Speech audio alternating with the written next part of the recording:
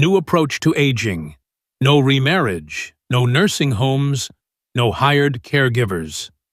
Hello, everyone, and welcome to another episode of my podcast. Thank you for tuning in today.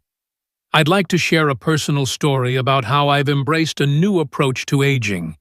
One that, in my experience, has balanced independence, companionship, and emotional well-being without resorting to remarriage, entering a nursing home, or hiring a live-in caregiver.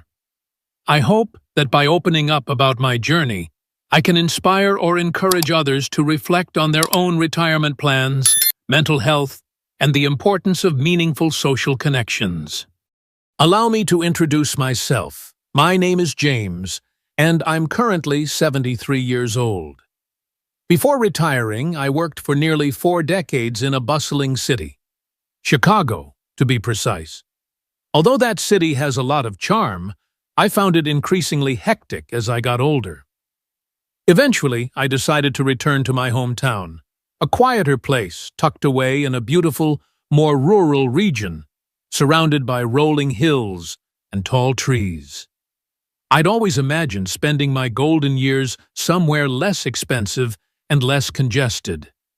As you might guess, big city life doesn't always blend so well with the needs of older adults seeking peace, fresh air, and a slower pace. My wife and I made that move together when we both retired. We left our home in Chicago to our son, who still works there. We figured we didn't need a large house in a big city anymore, and our grown children could definitely use the space. At the time, we thought, let's downsize, simplify, and enjoy a more comfortable, stress-free life. So, that's exactly what we did. We said our farewells to Chicago's skyscrapers and relocated to a modest, single-story home in my hometown, where the air is fresher, traffic is lighter, and the cost of living is significantly lower. We were confident that this setting would help us relax, enjoy each other's company, and stay healthier. For a few blissful years, that decision worked out better than I ever imagined. My wife and I woke up each morning to the sound of birds chirping rather than honking horns, and we spent our afternoons caring for a small vegetable garden or taking leisurely strolls around the neighborhood. Our finances allowed us to maintain a comfortable standard of living. After all, living expenses here are far more affordable than they ever were in Chicago. My modest pension and Social Security checks went a lot further than they would have in the city. So, at first, it felt like the ideal setup. My wife and I enjoying a well-earned retirement without putting any burden on our children. Sometimes people ask me, James, why didn't you just keep living with your son so you'd all be under one roof? After all, that arrangement works well for some families. However, our son and his wife both have full-time jobs. They're raising 2 wonderful children, and they live in a relatively crowded area. We learned a lesson the hard way, right after my son got married. We temporarily moved in with them, and while everything was fine initially, we quickly felt the space was too cramped. 6 people under one roof in that busy urban environment meant endless hustle, bustling schedules, and practically no quiet corners for reflection. We certainly didn't want to add to any stress or cause tension. That realization reinforced our plan to move somewhere we could really embrace retirement on our own terms. For a number of years, it was the perfect scenario. We had our modest home, a warm community, and a sense of independence. However, 5 years ago, everything changed dramatically when my wife passed away. If you've lost a spouse or partner, you'll understand the mix of grief, confusion, and fear that follows. Day-to-day activities that used to be shared, like grocery shopping or planning dinner, suddenly felt hollow. The home that once felt cozy now seemed far too large and quiet. That emptiness weighed on me heavily. Friends, neighbors, and family all offered condolences and gentle suggestions. Some were quite insistent that I should consider remarriage, reminding me that I still had a lot of life left to live. Others advised me to move to a retirement community or even a nursing home so that I wouldn't be alone. A few suggested hiring a live-in caregiver to handle cooking, cleaning, and companionship. But here's the thing. For me, at least, none of those options resonated. Let's start with the idea of remarriage. It's not that I disapprove of anyone remarrying after losing a spouse. Far from it. I've known many older adults who found a second chance at love and built beautiful relationships. Yet I personally felt that after nearly half a century of marriage to one wonderful woman, that chapter of my life was complete. Reopening it with a different person didn't feel like the right choice. Plus, I've seen remarriages lead to complex financial and emotional entanglements. Adult children sometimes worry about inheritance, stepfamilies might clash, or couples may have difficulty melding their distinct lifestyles. While it works for some, it just wasn't something I wanted to pursue. What about moving into a nursing home? Initially, that seemed like a practical route. Someone else could handle chores, meals, and daily tasks, right? I imagined a place with friendly staff, well-maintained facilities, opportunities to make friends, and easy access to medical care if needed. Yet I became hesitant after hearing the story of my sister-in-law, Christine. She had significantly more financial resources than me. She also had 3 grown kids who lived scattered across the country. Not wanting to become a burden to any of them, she chose a highly reputed nursing home for her later years. It all looked very promising on paper. She was promised comfortable living quarters, nutritious meals, communal activities, and plenty of social interactions. Unfortunately, the reality was far different from the glossy brochures. Christine found that the staff was overworked and couldn't possibly provide truly personalized care. Meals were mass-produced with cost efficiency in mind rather than flavor or nutrition. Staff members were cordial but had very little time for real conversation. Meanwhile, communal living often meant abiding by a strict schedule. Meal times were set, light-out times were set, and even social activities ran on a tight timetable. For someone used to the autonomy of her own home, Christine felt trapped and isolated despite being surrounded by other residents. In just a few months, she lost a lot of weight, grew depressed, and eventually moved back to her old house. Watching her go from a vibrant, independent woman to someone who looked visibly tired and older in such a short span convinced me that a nursing home, at least in that traditional model, was not for me. Then, people suggested hiring a private caregiver. I did weigh that option. It might have solved some day-to-day issues. However, let's face it, good in-home caregivers can be quite expensive, and my pension and Social Security checks only stretch so far. Apart from cost, I realized that having a caregiver in my home 24/7 wouldn't necessarily ease my sense of loneliness. Yes, I'd have someone around to help with cooking, cleaning, and maybe even driving me to appointments. But would that person provide genuine companionship or emotional support? Some caregivers do become close friends with the people they assist, but that isn't guaranteed. It could also feel like an employer-employee dynamic rather than an equal, natural relationship. And that's not what I wanted. I was missing real camaraderie, someone to chat with, laugh with, and share daily life with, but without the pressures that come with marriage or romantic commitment. One night, while sitting alone at my kitchen table, I started brainstorming. Isn't there some way to combine the freedom of living alone with the benefits of having a trusted companion? Then, an idea struck me.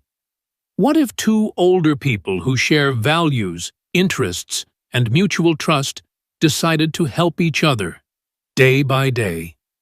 They could still maintain their own homes, their own personal spaces, and finances, yet offer assistance and companionship to one another whenever needed.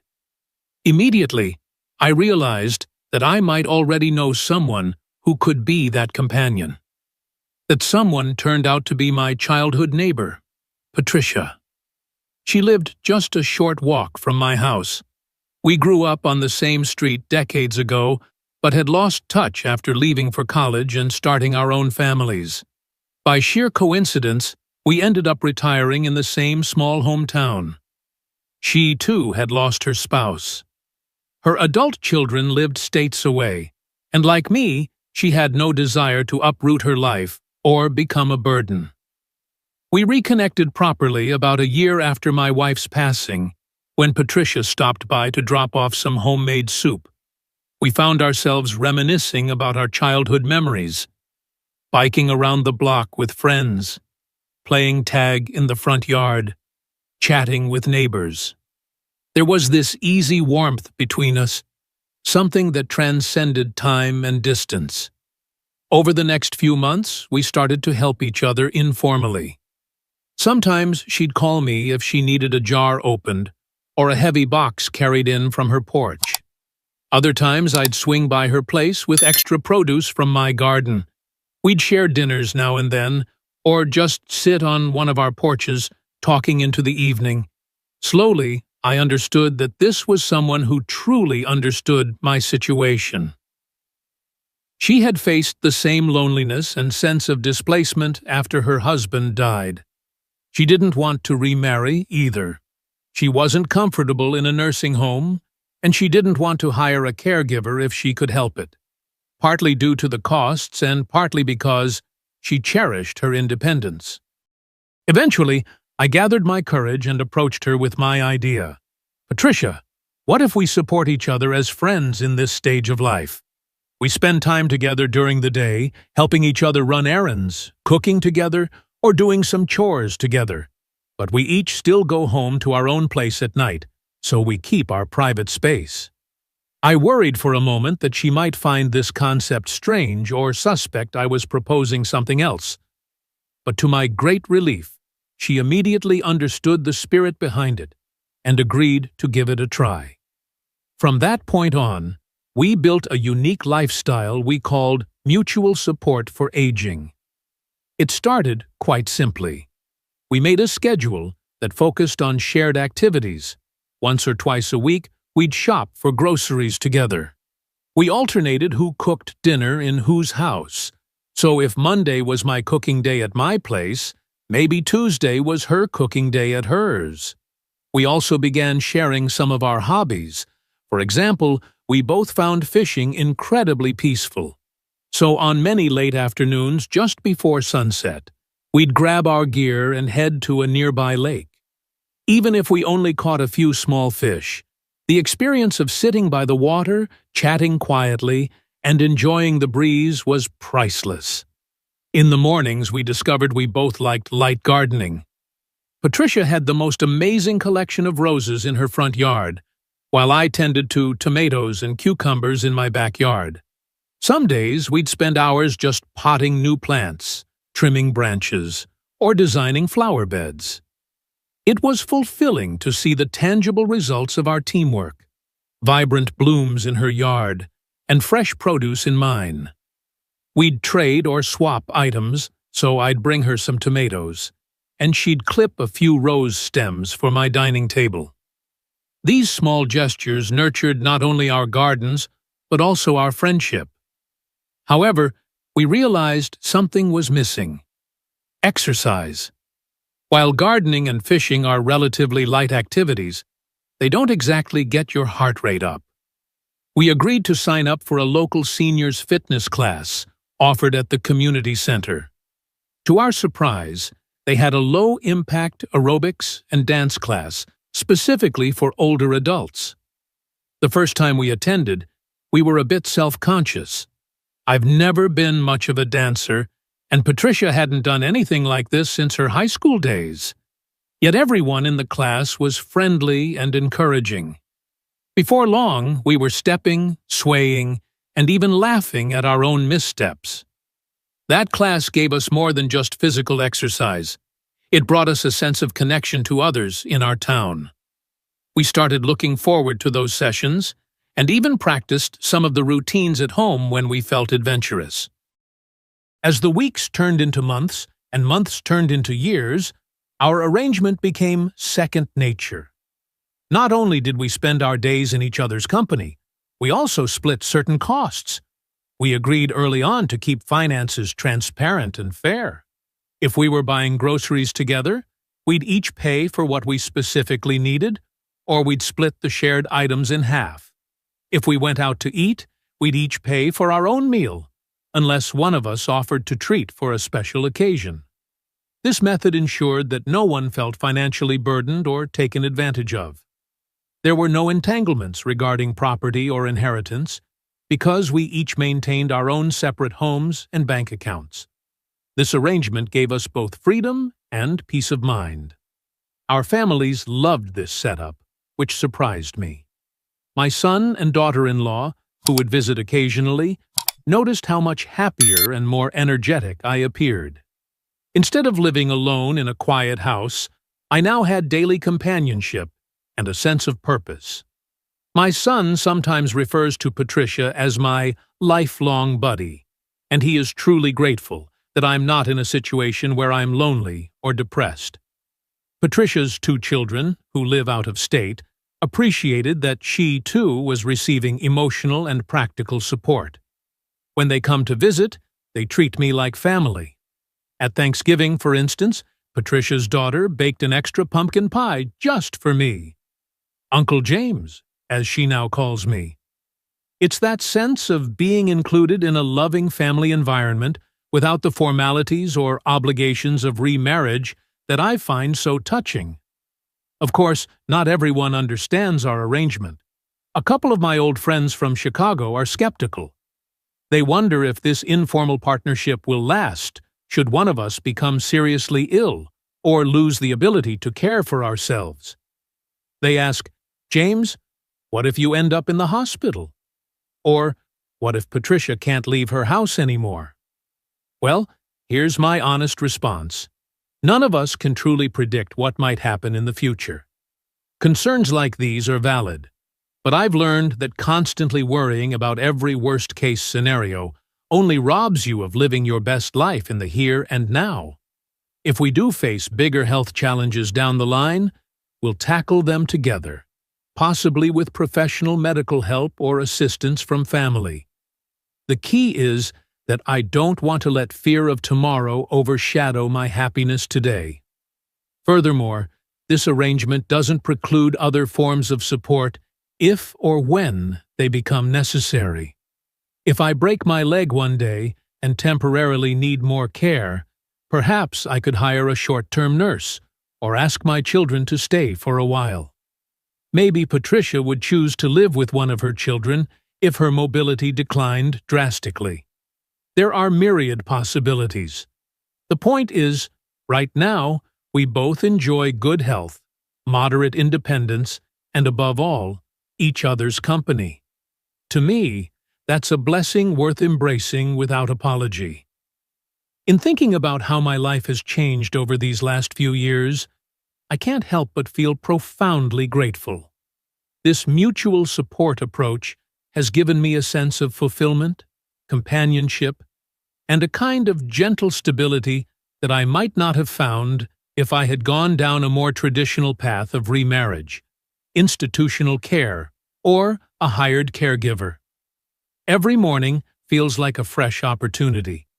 Whether it's planning a shared meal or exploring a new hobby, I have someone to share the simple joys with, and every evening we each return to our own homes, our own personal spaces, ending the day with a sense of privacy and comfort. It's the best of both worlds. Now, I would never claim that this lifestyle is the perfect solution for everyone. Every individual's situation is unique. Some may find genuine joy in a second marriage or in a senior community that offers group activities and constant social stimulation. Others might prefer living with adult children, cherishing the daily presence of grandchildren under the same roof. And there are seniors who genuinely appreciate having a dedicated caregiver at home, especially if they have complex medical conditions. My advice is simply this: take the time to explore all possible avenues. Think hard about what you truly value: your finances, your personal space, your desire for companionship, your independence. Talk openly with your loved ones to see what solutions might make sense. Above all, be true to yourself. You are the one who will be living with these decisions day after day. I also encourage anyone considering a nursing home or assisted living arrangement to do thorough research. Visit the facilities, talk to current residents, check staff-to-patient ratios, and gauge the overall atmosphere. Sometimes, well-run facilities can be a blessing, offering specialized care and social events. However, not all nursing homes deliver on their promises. Too many are underfunded or understaffed, leaving residents feeling isolated or neglected. The peace of mind you gain from thorough investigation is well worth the effort. Likewise, if you're thinking about hiring a caregiver, outline your expectations clearly. Make sure personalities align and confirm you can sustain the financial costs for the long term. One final observation: as we age, mental well-being often matters as much, if not more, than physical health. Loneliness can be crippling, especially if you're used to a home brimming with family. A mutual support arrangement can alleviate that sense of isolation. Even if you don't have a childhood friend like I do, perhaps you can find someone in your community who shares similar interests. Maybe you meet at a local senior center, through a church group, or even online forums for older adults. It takes time to build the right rapport and trust, but, in my view, the rewards are immeasurable. To all the listeners out there, thank you for giving me this chance to share my experiences. I hope that by talking openly about my choice to avoid remarriage, nursing homes, and hired caregivers, I can spark a new conversation about what aging can look like. We deserve to live with dignity, independence, emotional connection, and personal agency, regardless of our age. If you feel that this resonates with you, or if you know someone who might benefit from hearing this perspective, please share it. Let's continue this discussion. Feel free to leave comments or stories about your own experiences.